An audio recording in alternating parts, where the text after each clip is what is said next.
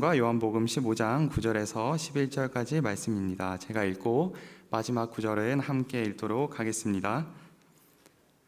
그러나 성령의 열매는 사랑과 기쁨과 화평과 오래 참음과 친절과 선함과 신실함과 온유와 절제입니다. 이런 것들을 금지할 율법은 없습니다.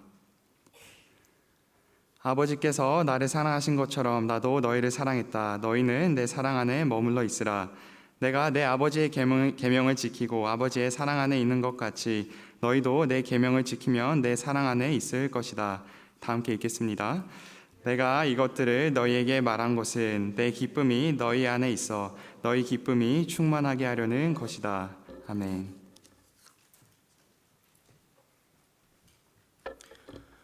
요즘 무엇이 여러분을 기쁘게 행복하게 하고 있습니까? 최근에 가장 한박 웃음을 지으며 웃음 지었던 적은 언제입니까? 저는 커피를 즐겨 마시는데요. 커피의 생두 그 원산지에 따라서 커피 맛이 달라지기도 하고 또 로스팅한 정도에 따라서 아니면 커피를 어떻게 내려 먹는 방식에 따라 또 물 온도에 따라 아니면 찻잔에 따라 동일한 커피이지만 다양한 맛이 납니다. 물론 누가 사주냐에 따라서 또 누구와 함께 먹느냐에 따라 또 맛이 달라지기도 합니다. 이처럼 성령의 열매도 하나의 열매이지만 다양한 측면으로 다양한 맛과 풍미가 느껴집니다. 우리가 오늘 읽은 본문 이 갈라디아서는 성령의 열매의 이 9가지 측면, 이 9가지 맛에 대해서 보여주고 있는데 오늘 예수님이 당부하신 이 말씀을 통해서 성령의 열매, 이 기쁨의 맛, 기쁨의 측면을 함께 살펴보기 원합니다. 예수님은 기쁨의 근원, 기쁨의 본질이신 분입니다. 예수님은 영원전부터 행복하셨고 즐거워하셨고 그 즐거움이 가득한 분이셨습니다. 그래서 제 아들에게 그 기쁨을 전해주어 기쁨이 충만하기를 원하셨습니다.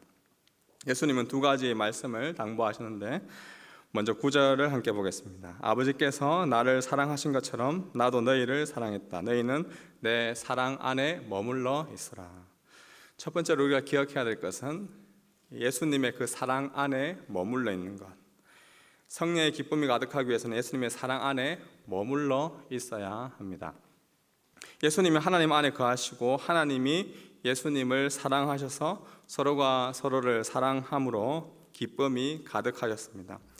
예수님 또한 이 제자들을 사랑하셨고 사랑하는 제자들 향해 그 예수님의 그 사랑의 품 그 안에 머물러 있으라라고 권면합니다. 미국의 존 파이퍼 목사님은 이 하나님을 기뻐하라, 영어 원제목은 Desiring God입니다. 그 책인데 거기에 이런 말을 남겼습니다. 내가 하나님 안에서 가장 크게 만족할 때 하나님께서도 가장 큰 영광을 받으신다. 목장 교재 뒤에 보시면 나오실 겁니다. God is most glorified in you when you are most satisfied in Him. 라고 나오죠. 기쁨을 누리기 위해서는 우리가 누구에게 속해 있느냐, 누구 안에 거하느냐가 정말 중요합니다. 사도 바울도 빌립보 교회를 향한 권면의 인사에서 주 안에서 항상 기뻐하십시오. 내가 다시 말합니다. 기뻐하십시오라고 했습니다.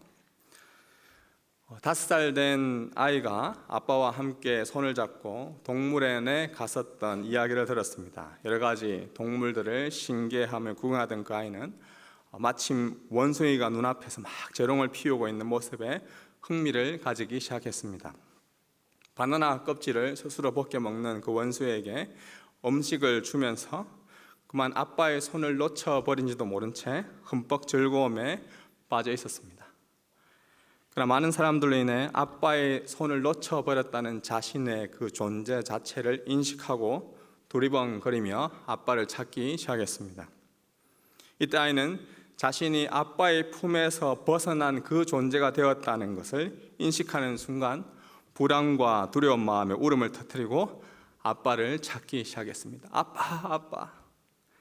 더 이상 아빠의 품 안에 보호받는 존재가 아님을 깨달았을 때 더 이상 원숭이도 그 어떤 동물도 눈에 들어오지 않았던 것이죠.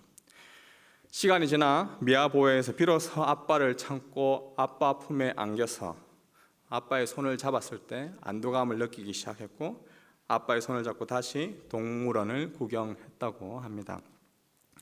어린아이 재미있는 동물원 구경도 자신이 이 아빠의 손을 놓쳤다라는 그 자신의 존재 자체를 인식하게 되었을 때 모든 게 불안해지고 동물들이 눈에 들어오지 않고 기쁨이 사라졌던 것처럼 우리 그리스도인들은 하나님의 품에서 떠나버렸다는 그 사실을 인지할 때 우리는 늘 불안하고 두렵고 떨리는 가운데 있습니다.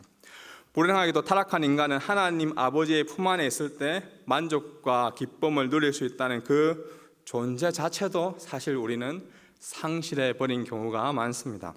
그래서 끊임없이 하나님 아버지의 품과 비슷한 유사한 사이비 기쁨을 찾으려고 합니다. 중세 신학자 중에 잘 알려진 토마스 아퀴나스라는 분이 계시는데 그분이 이런 말을 남기셨습니다. 사람은 누구나 이 기쁨이 없이는 살 수 없습니다. 그래서 이 참된 영적인 기쁨, 스피리추얼한 그 기쁨을 빼앗겨 버린 그 사람은 육체적인, 피지컬한, 그 플래시한 그 기쁨을 찾기 위하여서 끊임없이 뭔가를 찾기 위해 돌아다니는 그러한 사람이 인간의 존재다라고 이야기했습니다.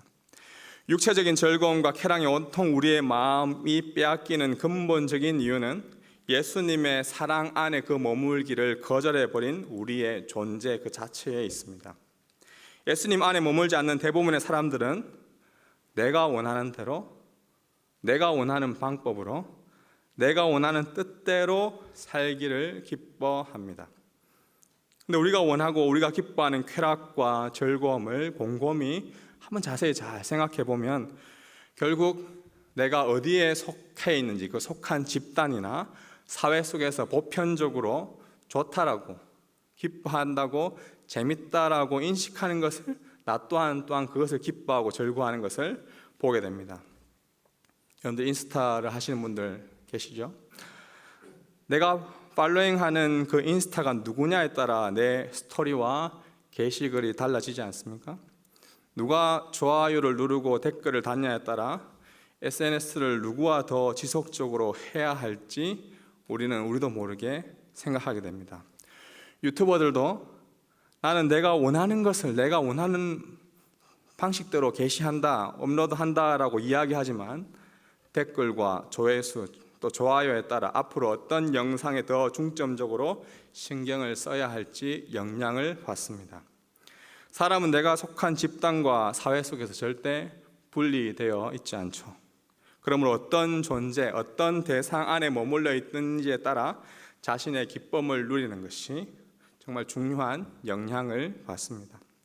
그런데 이 세상에서 우리가 머물러 있고 속해 있는 것들은 안타깝게도 그 기쁨에는 유통기한이 있죠. 예를 들어 우리가 무엇을 가지고 있는 것으로, 무엇을 소유하고 있는 것으로 기쁨을 누리고 즐거워하는 사람이 있다면 트렌드에 따라서 소유하고 있는 그 물건의 상태에 따라서 기쁨이 점차 사라지고 달라지게 되는 것이 우리의 기쁨의 유통기한이 있다는 것을 알게 되죠. 지난 목요일 날 아침에 게러지 물건을 정리하다가 여러분들 베이블레이드 아시죠? 베이블레이드하고 그 베이블레이드를 하는 배틀 스테디움이라고 합니까? 배틀판을 제가 발견했습니다. 그 베이블레이드 팽이는 제가 쓰레기통에, 그리고 이 배틀판은 플라스틱으로 분리수거해서 버렸습니다. 불과 1, 2년 전까지만 하더라도 두 아들이 가장 소중하게 여기며 즐거워하던 장난감이었습니다. 요즘 나오는 베이블레이드는 아마 여러분들이 했을 때와 다르게 막 3단계로 분리되기도 하고, 근데 이 부품이 하나라도 막 잃어버리면 아이가 엄청 속상해하며 힘들어했던 그러한 적이 있었습니다. 근데 지금은 제가 그것을 버렸는데도 배틀 스테디움을 분리수거해버렸는데도 아무런 나에게 불만을 가지거나 속상해하거나 그러지 않습니다. 두 아들의 기쁨에서 그 베이블레이드의 유통기한이 다 되었기 때문입니다. 여러분 어떠십니까? 여러분이 지금 가지고 있는 스마트폰, 타고 오셨던 자동차, 랩탑, 옷, 신발, 지갑, 액세서리, 이것이 영원한 기쁨을 줄 것만 같았는데 금세 기억 속에 사라져버리고 또 다른 기쁨을 찾기 위하여 트렌드를 찾아서 무엇인가 중독되어 있는 사람처럼 이리저리 헤매이고 있지는 않습니까? 영적인 기쁨, 즉 예수님 안에 머물러 있는 것도 유한한 우리 인간에게는 흐지부지 됩니다. 이러한 인간의 연약함을 아시고 예수님은 계속해서 기쁨이 충만한 예수님의 사랑 안에 머물 수 있도록 하기 위해서 우리에게 권면의 말씀을 주고 있습니다. 우리 10절과 11절 말씀입니다. 내가 내 아버지의 계명을 지키고 아버지의 사랑 안에 있는 같이 너희도 내 계명을 지키면 내 사랑 안에 있을 것이다. 내가 이것을 너희에게 말한 것은 내 기쁨이 너희 안에 있어 너희 기쁨이 충만하게 하려는 것이다. 두 번째로 우리가 기억해야 될 것은 예수님의 계명을 지키는 것입니다. 기쁨의 첫 번째 요소가 어떤 존재에 속해 있느냐, 어떤 존재에 머물러 있냐는 그 being, 존재에 있다면, 이 기쁨의 두 번째 요소는 그곳에서, 내가 속한 그 집단에서, 내가 속한 그 사람과의 관계 속에서 내가 어떤 것을 행하느냐, 어떤 것을 그 사람과 함께 이 계명을 지키느냐의 기쁨이 결정됩니다. 예수님은 계속해서 기쁨이 충만하여 성령의 열매를 맺기 위해서 내 계명을 지켜라, 내가 너에게 명령한 그 명령을 지켜라 라고 말씀합니다. 이것은 해라, 이것은 하지 말라. 이러한 계명이, 이러한 명령이 예수님 사랑 안에 머무는 길이 된다는 것, 어떻게 그것이 가능할까요? 단순히 생각해 보면 계명, 율법, 법, 의무로만 우리가 생각할 수 있습니다. 그러나 사랑하는 사람 앞에서 사랑하는 사람을 위해서 계명을 지킨다는 것, 그것은 기쁨이고 즐거움입니다. 올해는 제가 이제 결혼한 지 한 10년이 되는 해인데요. 제가 결혼 기념일이 다가오고 있습니다. 제가 상상을 해봤습니다. 제가 아내를 위하여서 이제 10년이니까 장미꽃 100송이를 주문해서 꽃다발을 이제 들고 현관문 앞에 서 있다라고 한번 제가 생각해 보았습니다. 평소에는 그냥 현관문을 들어가지만 이날만큼은 도어벨을 누르고 현관 앞에서 이제 기다리고 있는 저의 모습이죠. 아내가 현관 앞에 서 있는 저를 보고 약간은 좀 어리둥절해 할 수가 있습니다. 왜 안 들어오시나요? 그때 제가 뒤에 있는 꽃다발을 꺼내서 결혼 10주년을 축하해 라고 이렇게 이야기했습니다. 아내가 이야기합니다. 여보, 너무 아름다워요. 어떻게 이렇게 많은 장미꽃을 사왔어요? 그때 제가 이제 이런 대답을 한다고 생각해 보십시오. 별거 아닙니다. 이거 그저 저의 의무거든요. 유튜브에서 제가 찾아봤어요. 결혼 10주년을 어떻게 해야 되는지. 이건 남편으로 해야 할 책임이라고 당연히 생각해서 제가 이렇게 준비했습니다 라고 이야기했다고 한번 생각해 보십시오. 제가 폄하하는 건 아니지만 우리 공대생들 중에서는 이 대답이 왜 이상하지? 라고 생각하는 분들이 있다면 나중에 언제든 저에게 연애 상담을 좀 받으면 좋겠습니다. 대부분 여자들은 이거 그저 내 의무다, 유튜브에서 보고 따라한 것이다, 이건 당연히 내가 해야 할 책임이다 라고 생각해서 내가 의무를 지킨 것이다 라면서 꽃다발을 꺼내들었을 때 남자에게 경멸의 모멸의 감정을 느낄 것입니다. 그렇다면 저는 뭐라고 이야기하는 게 좋을까요? 다시 이전의 상황으로 돌아보겠습니다. 제가 등 뒤에 꽃다발을 숨긴 채 현관문 앞에서 도어벨을 누릅니다. 그리고 아내가 현관문을 열었습니다. 여보, 행복한 기념일이에요. 당신을 위해서 꽃을 준비했어요. 그러자 아내가 이야기합니다. 와, 너무 아름다워요. 어떻게 이렇게 장미꽃을 사왔어요? 제가 이야기합니다. 이 장미꽃보다 당신이 더 훨씬 더 아름다워요. 사실 나는 오늘 저녁에 당신과 함께 멋진 이벤트를 계획해 두었어요. 아이들은 미리 다 다른 곳에 맡겨 두었으니 걱정하지 마시고 어서 아름다운 옷을 입고 저와 함께 외출합시다. 당신은 언제나 나를 행복해하게 하는, 지난 10년 동안 나를 행복해하는 그 한 명의 연인입니다. 제가 그렇게 이야기했다고 해보십시오. 아내가 아름다운 옷을 찾기 위해서 방으로 달려가지 않겠습니까? 너무 부러워하지 마십시오. 여러분들도 앞으로 하게 될 일입니다.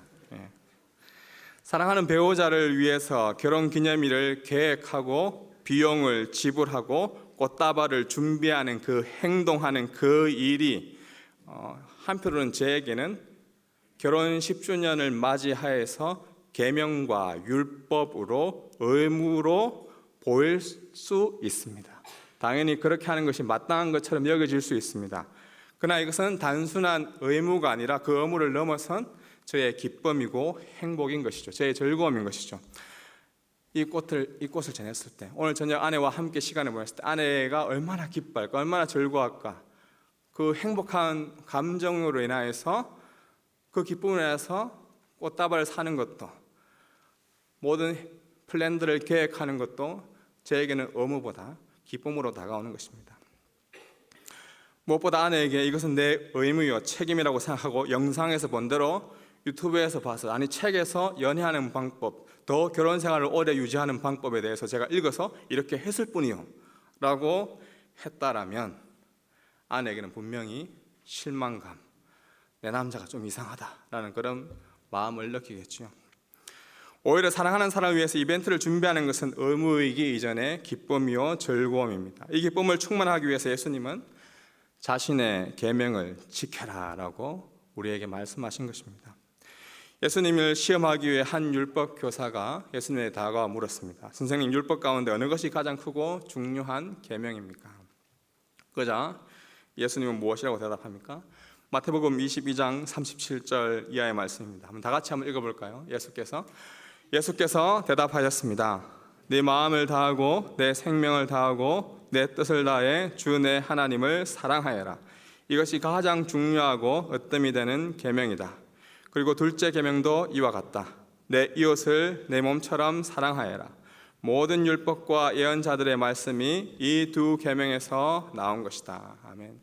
예수님은 한마디로 하나님 사랑 그리고 이웃 사랑을 이 계명의 요약으로 말씀해 주셨습니다. 하나님을 사랑하는 것, 이웃을 사랑하는 것, 이 말씀이 의무가 아니라, 율법이 아니라 우리가 정말 기쁨으로 즐거움으로 하나님께 할 때 계속해서 우리가 기쁨이 더욱더 충만해져 가는 그런 성령의 열매를 맺어갈 수 있다고 우리에게 이야기해주고 있습니다.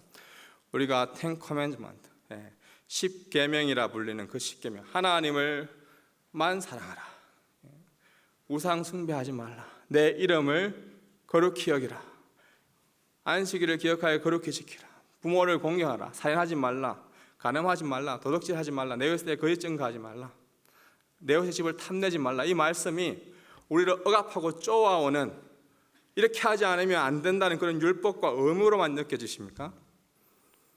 그래서 우리가 우리를 사랑하시는 그 하나님을 제대로 이해하고 있지 못해서 그런 것이죠. 오히려 우리가 그 10계명을 지키며 그 계명을 지키며 나아갈 때 내가 이렇게 했을 때 기뻐할 그 하나님, 즐거워할 그 하나님을 생각한다면 그 계명은 의무가 아니라, 율법이 아니라 오히려 감사한 것이죠. 기쁜 것이죠. 1계명만 보더라도 그렇죠. 나 외에 다른 신들을 내게 있게 하지 말라. 한 여자와 한 남자가 사귐을 하는데 다른 여자, 다른 남자가 그 사이에 끼어 있다고 생각하십시오. 나는 오늘 이번 주에 당신을 만나고 다음 주에는 다른 여자를 만날 것이요, 이것이 나의 기쁨이요 즐거움이요, 그 다음 주에는 또 다른 사람을 만날 것이요. 이상하지 않습니까? 하나님과 우리가 연애하고 있다고 생각해 보십시오. 그분을 위해서 우리가 계명을 지켜가는 것, 이거는 의무가 아니라 즐거움이요 참된 기쁨인 것입니다. 특별히 예수님, 우리를 가장 사랑하시는 그 예수님이, 그 예수님의 기쁨을 위해 우리에게 하신 일은 무엇입니까? 예수님은 계명을 두 가지로 요약해서 주셨을 뿐만 아니라 기쁨을 위해 몸소 하나님 사랑과 이웃 사랑을 완전히 이 땅에 오셔서 실천해 가신 분이죠. 성부 하나님을 사랑하셨기에 사랑하는 아버지의 뜻이 무엇인지 알았고 그 길을 기쁨으로 선택하셨습니다. 이사야 53장에 보면 종의 노래가 나옵니다. 이 땅에 종으로 오신 그 예수님께서 병에 걸린 자, 길을 잃고 헤매는 자, 죄악된 길을 걸어가는 자를 고쳐주기 위하여 그의 사랑하는 그 아내가 굶주려 있고 길을 헤매고 있고 죄악된 길을 걸어가는 것을 보고 그 길을 바른 길로 인도해 주고 고쳐주기 위해서, 치유하기 위해서 그분이 직접 고난의 길, 죽음의 길을 걸어가셨습니다. 이사야 53장 10절에는 이렇게 나와 있습니다. 그러나 그가 병들어 쓰러진 것은 여호와께서 원하신 일이었습니다. 그가 그의 생명을 속건 제물로 내놓으면 그는 자손을 보면서 오래 살 것이다. 그리고 여호와께서 원하신 일이 그의 손에서 이루어지고 있다. 종이 걸어가신 길은 바로 예수님이 걸어가신 십자가의 길이었습니다. 이것은 성부 하나님 원하셨던, 하나님 아버지께서 원하셨던 길일 뿐만 아니라 본인 스스로가 그 길을 원하셔서 기쁨으로 그 길을 걸어가셨던 것이죠. 히브리서 기자는 다음과 같이 이야기해주고 있습니다. 히브리서 12장 2절 말씀, 우리 다 같이 한번 읽어볼까요?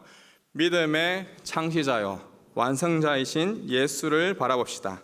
그는 자기 앞에 놓여있는 기쁨을 위해 부끄러움을 개의치 않으시고 십자가를 참으셨습니다. 아멘.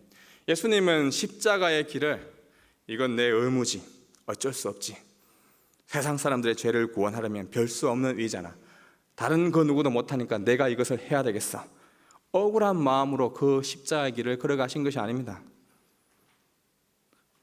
벌써 이렇게 기념일이 다가왔구나, 너무 억울하다, 그런 마음으로 십자가의 길을 걸어가신 것이 아니었습니다. 예수님은 십자가 앞에서 자기 앞에 놓여있는 이 기쁨을 위해 십자가를 참으셨다라고 나옵니다. 리차드 필립스라는 주석가는 이 기쁨, 예수님의 기쁨이 무엇인가를, 이 기쁨에 대해서 이렇게 이야기하고 있습니다. 이 예수님의 기쁨은 앞으로 임하게 될 그 끝없는 세상의 세대의 영광 가운데 영원히 자기 신부가 될, 자기의 아내가 될 그 교회를 바라보시고 기꺼이 그 길을 걸어가신 기쁨이었다라고 주석했습니다. 예수님은 한편으로 십자가에서 상상을 초월하는 고통, 끊어짐, 단절을 경험하셨지만 다른 한편으로 자신의 그 죽음으로 아름답게 변화하게 될 그 신부인 교회의 모습을 생각하며 기쁨으로 그 고통의 길, 고난의 길, 십자가의 길을 걸어가셨던 것입니다. 예수님의 기쁨인 예수님의 신부, 예수님의 교회가 누구입니까? 바로 이 자리에서 하나님께 예배를 드리고 있는, 예수님을 찬양하고 있는 저와 여러분이지 않습니까? 저와 여러분이 온전히 하나님을 찬양하고 예배 드릴 수 있도록, 우리가 예배자로 나아올 수 있도록 예수님께서 기꺼이 기쁨으로 십자가의 길을, 고통의 길을, 고난의 길을 걸어가셨기에 우리가 이 자리에 있는 것이죠. 2000년 전 예수님은 십자가의 길을 기쁨으로 걸어가신 분입니다. 예수님이 하나님 아버지의 계명을 지키고 하나님 아버지의 사랑 안에 거하며 기쁨이 충만하며 누렸던 것처럼 오늘날 우리가 성령의 열매인 기쁨을 계속해서 충만하게 맺는 비결은 먼저 기쁨을 위해 걸어가신 그 예수 그리스도의 길을 본받는 것입니다. 도파민 네이션이라는 최근에 제가 본 책이 있는데, 그 도파민이라는 것은 우리가 기쁨을 느낄 때 나오는 호르몬이잖아요. 그런데 그분이 발견한 것 중에 하나가, 이 기쁨을 느꼈을 때 도파민이라는 그 호르몬이 나오지만 고통 속에 있을 때도 이 도파민이라는 호르몬이 나온다고 하는 거예요. 그 사람이 중독이나 특별히 막 극악한 것들을 막 빠지는 이유도 그렇게 빠졌을 때 도파민이라는 호르몬이 나오기 때문에 그렇게 빠진다는 거죠. 예수님이 걸어가신 그 길이, 기쁨을 위해서 걸어가신 그 고난의 길이, 그곳에서는 진짜 예수님에게서 도파민이 나오셨겠구나라는 그런 생각을 하게 됐습니다. 우리를 위해 기쁨의 길을 걸어가신 하나님 앞에서 우리도 그분을 영화롭게 하고 영원토록 즐거워하는 것, 하나님을 기뻐하는 것, 하나님을 찬양하는 것, 우리가 바로 걸어가야 할 길입니다. 여러분들 교회에 와서 찬양을 드립니다. 다 같이 일어나서 찬양 드릴까요? 라고 하면 이렇게 하시는 분들이 몇 분 계십니다. 내가 과연 그렇게 해야 되나? 여러분의 기쁨으로 드리는 그 찬양을 하나님께서 즐거워하십니다. 이건 내 의무지, 그래도 일어나야지. 이것만큼 어리석은 연애는 없습니다. 그래서 우리 신앙의 선배들은 소리문답 제1문에서 이렇게 이야기하고 있죠.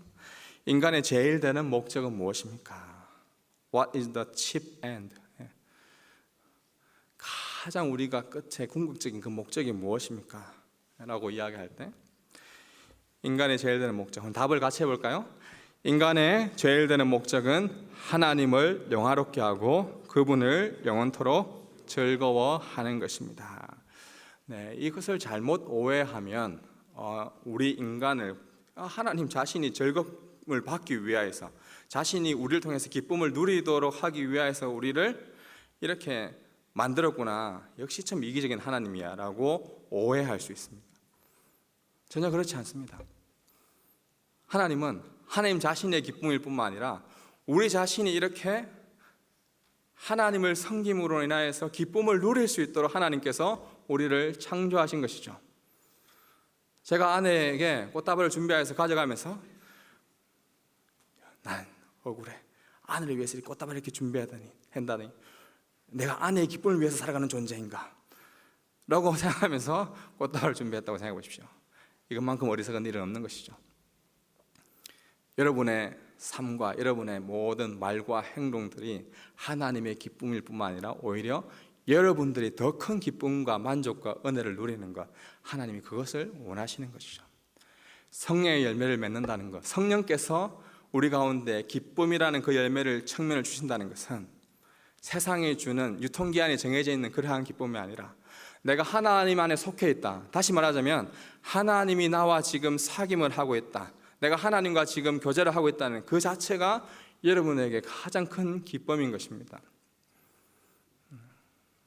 우리 형제 여러분들, 가장 여러분들이 원하시는 그런 걸그룹의 한 멤버가 여러분과 함께 교제를 하고 있다 생각해 보십시오.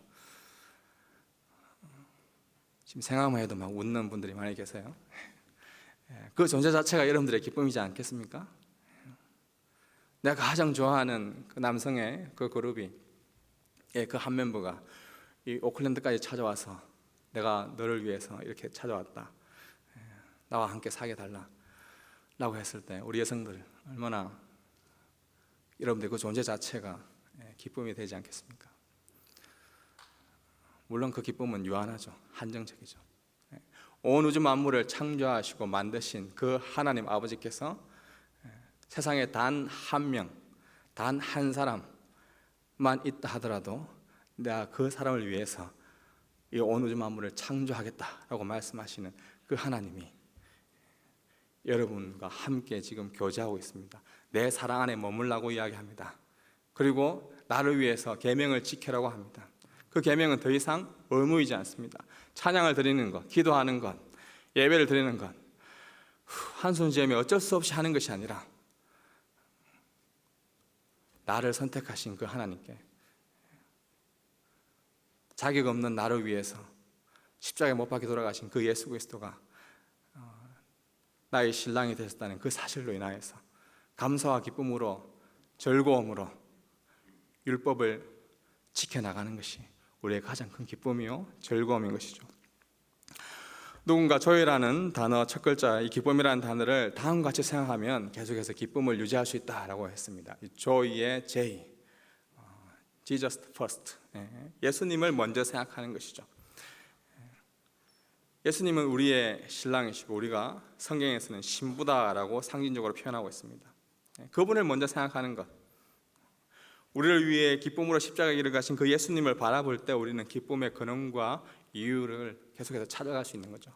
그 다음에 other second, 그 다음에 다른 사람을 생각하는 것이죠. 다른 사람을 기쁨으로 순종하고 그들을 위해서 필요를 채워줄 수 있는 부분이 무엇인지 생각할 때, 헌신하며 섬기며 봉사하며 나아갈 때 기쁨이 생긴다는 것이죠.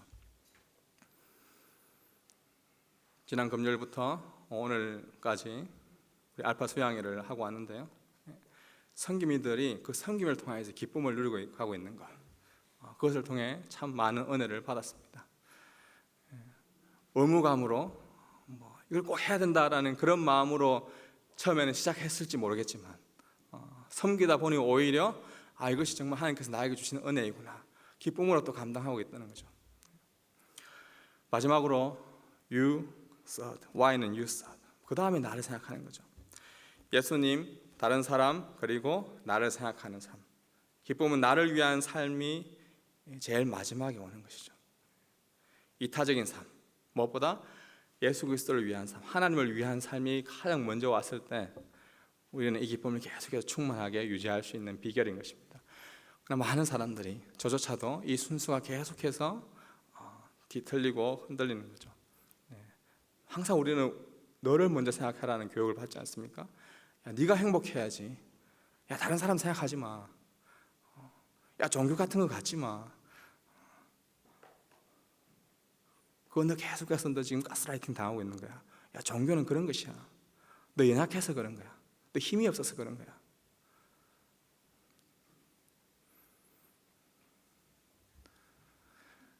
우리 알파 소양회 때도 제가 나누었지만, 만약에 우리가 지금 종교라는, 기독교라는 이 종교를 통해서 여러분들이 가스라이팅 당하고 있다면 여러분들이 지금 이 자리에 있는 것보다 더 불행한 인생은 없을 것입니다. 야, 예수님이 계셔, 성령님이 계셔, 야, 그것을 믿어. 없지만 믿어봐. 계속해서 막 우리에게 막 누군가가 주입시켜주는 이것이 종교라고 한다면, 예수님을 먼저 생각해야지. 생각해 라고 누가 계속해서 우리에게 그렇게 주입시키는 가운데 우리가 이 자리에 앉아 있다면 이것보다 불행한 인생이 있을까요? 예수님은 살아계십니다. 그분은 우리를 위해서 죽기까지 하셨습니다. 그분이 우리를 위해서 또 다른 보혜사 성령님을 보내주셨습니다. 그분이 우리와 함께 하십니다. 그분 안에서 우리는 지금 참된 기쁨, 만족을 누려가고 있습니다. 이 땅에서 주는 기쁨의 유통기한들이 우리에게 있습니다. 얼마 전까지만 해도 남자친구가 사준 이 백을 들고 신나게 이렇게 들고 다녔었는데 어느 순간 방 한 구석에 처박혀 있는 것, 더 이상 그 기쁨이 유한한 기쁨이라는 거죠. 영원한 기쁨이 아니라는 것입니다. 랩탑을 처음 샀을 때만 해도 나 이제 진짜 열심히 공부할 것이다 라고 다짐을 했지만 스마트폰으로만 모든 걸 해결하고 있지는 않습니까? 중고 시장에 올리지는 않았습니까? 예수 그리스도로 인하여서, 성령 하나님 인하여서 있는 그 기쁨, 영원한 기쁨을 누려가는 우리 마나임 청무되기를 주님의 이름으로 축복합니다. 기도하겠습니다. 하나님, 예배 드리는 것이 참 기쁨입니다.